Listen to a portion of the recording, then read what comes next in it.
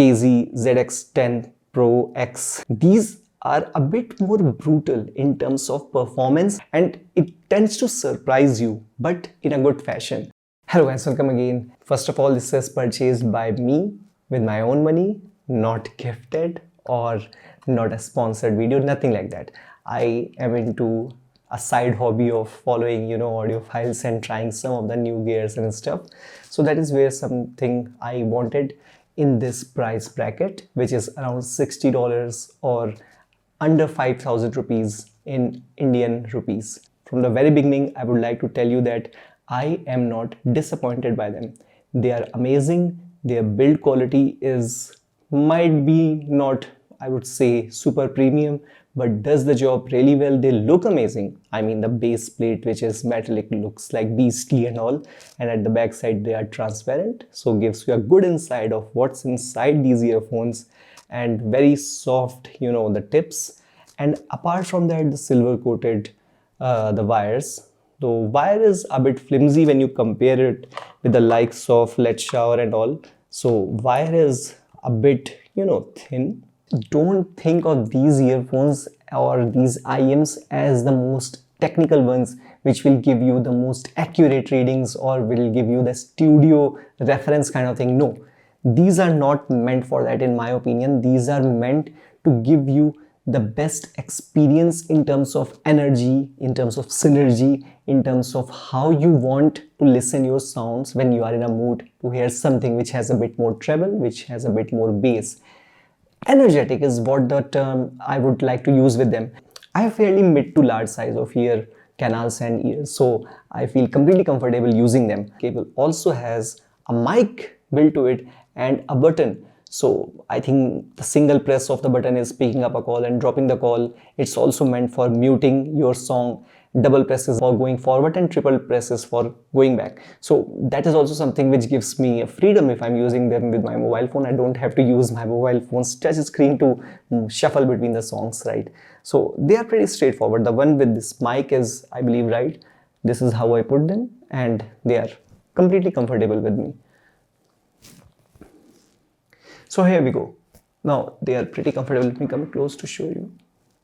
Now these are not your memory foam tips, so this will not give you the best of the seal in the world. So if I talk analogy, it's more like, think of a bike which has a lot of raw thrust. It's not well refined, but it hits you whenever you want it to be. On the other hand, are quite bassy. It's punchier bass. It's not very warm, subtle, mellow kind of bass. It's kind of punchier bass, but in a good fashion. Then it has the clarity of treble, but it's like drawing a line between what becomes shouty, and it's almost at the edge of that line, a bit lower, I would say. It's not shouty in terms of treble, and you can always go ahead and equalize these things, and they do respond to equalizer to a certain good extent. So points to that for them. At the terms of vocals and all, since it's tuned in more of a V shape, in more of a V fashion, the tuning gives boost to your treble, boost to your bass, but takes back vocals a bit. I would not say they are not vocal friendly. They are really good. The vocals are really clear, but I'm just trying to define the characteristic, and all these characteristics combined gives me that energetic sound, gives me that beautiful V-shaped signature which I want when I'm in the mood of listening something which has a bit more rocks or a bit more metal, etc. So I've curated a lot of playlists. Some are in terms of a bit of bass which hits the bass in a subtle fashion. Some are a bit more organized in terms of audiophile, like a bit more clear audios, vocalists, etc. Some are into oldies categories and some are into trance music. A lot of them are into rock, metal, etc. Using these earphones, I tend to hit the bass category a lot more because this is where they give you the maximum, feel of their characteristic. If I use them to hear, old songs which are a bit mellow, smooth, that is not where they excel. I'm not saying that you cannot listen those songs with them. I'm just trying to explain that what hits the best out of them. Now it has a bit of metallic tone to it. So the sound might sound something which is not very organic. It's very hard to explain sound unless you are going to hear them on your own. But that is what I want to describe, that its sound signature, its mids and highs are a bit of metallic, while the bass is punchier. It does not rumble, but it packs the punch. So that's the difference I could explain in the literal vocabulary which I have right now.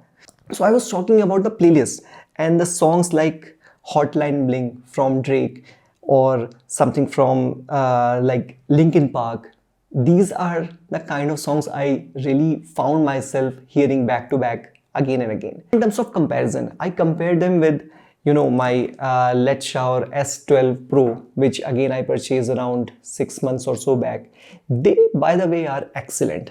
They give you that planar magnetic sound in a controlled fashion, and everything about them screams quality too. They are built out of metal, their wires are amazing, and you have the choice to change your tips, basically go to balanced, unbalanced. And I also did a little bit of comparison with my FIO, the earbuds. So what I concluded was, if this Letshuoer S12 Pro is kind of the same bike which has the same performance, let's just hold on for a minute, okay? So if this is the same bike and this is also, let's say, a same bike, this is a bit more controlled. These S12 Pros planers are a bit more controlled into when you are doing cornering, how much power you need, some things like that, okay? Like, so right occasion and right amount of power, right amount of control, this is what these planar magnetics S12 Pro are when compared with these KZ ZX10 Pro X, long name again. These are a bit more brutal in terms of performance, and it tends to surprise you, but in a good fashion. So that is something which I wanted, which is under the budget, not too expensive, and that's exactly what I got when I purchased these ZX10 Pro X. Now before I go to quality control, you know that these are a blend of dynamic driver, and at the same time they have 4 balanced armature drivers too. So what happens is your dynamic driver is taking the bigger responsibility of pushing out a lot more bass, but since being a dynamic driver, it can carry on other frequencies too. So that combination kind of hits the sweet spot. So not to put a lot of good words with them, I just want to say that they are exactly what I needed for my purpose, and I will judge them based on the price they are offered. I will not compare them with $200, $300 earphones, but I'm telling you this, that they are kind of like fighting shoulder to shoulder with these planar magnetics. But I will give the points to these planar magnetics for being more refined, being more controlled, and being more balanced in terms of approach. Now in terms of testing, how I tested this, I used Apple Pro Music in lossless quality, and he uses S9 Pro, this dongle deck. And at the same time, this also something which I acquired pretty new. This is Venture Electronics Abigail Pro. Abigail Pro was a bit more control in terms of highs, in terms of clarity, while this Reese's S9 Pro, it gives this next level of power, energy, torque, whatever you want to say, that there is a separate layer of clarity introduced, a little bit more resolution introduced, which is kind of expected. But for my day-to-day use, I found this Abigail Pro more than enough for this combination. And plus the color theme matches too. Both are kind of silver tone, right, with the wires, and transparent. So these are a good combination if you want to start your journey with a good IEM, but with a great dongle DAC too. Now second point is that I did notice that they are not sucking a lot of power also, while planar magnetics like S12 Pro suck up a lot of power. They need a lot more punch in terms of your mobile phone, so that takes a hit. Abigail Pro and this ZX10 Pro X, they were sipping power, very, very small units, I would say, when I compared the overall performance. Now it has this pin connector, 2-pin connector. You can always go ahead and order a new one, and replace it with a balanced pin with a balanced cable. But my point being, it's up to you if you want to do that. I would say don't unnecessarily spend money in the very beginning. Try it out for a few months or so. When the wire goes foul, then go ahead with a balanced cable. Second most important problem which I would say, and that is, it is also plagued by the same thing, which is their glue is kind of coming up where their balanced armature drivers are. Luckily, the glue has not reached or would not cover the main dynamic driver, but it is already reaching those three out of those four balanced armature drivers.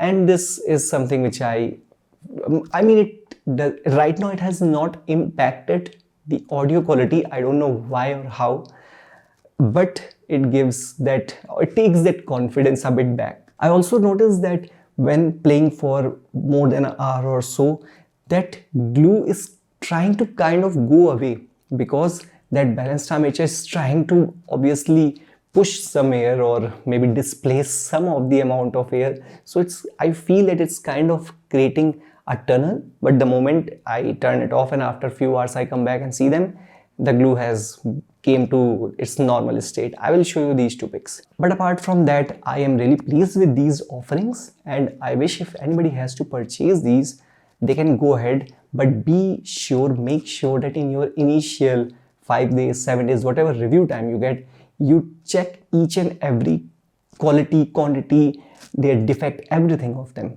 because they are amazing at the price what they do. They are legend in their category, I would say, but they have a lot of QC with them, quality control issues with them. So make sure to check each and every aspect of them. If you have any other questions, please let me know. I really enjoyed these earphones, and I'm pretty sure if you are someone who likes lively music, who likes a bit more bass, a bit more treble here and there, then you would love them. They are a surprisingly, they surprise you. That's the kind of tuning that has gone into this. And I would say the clarity, etc. layers, that is secondary, but that all is there. If you love what you are hearing, the technicalities can take a back seat. So with that in mind, see you soon. See you again, guys. And if you have any questions, please let me know in the comment section. Thank you, guys. Bye.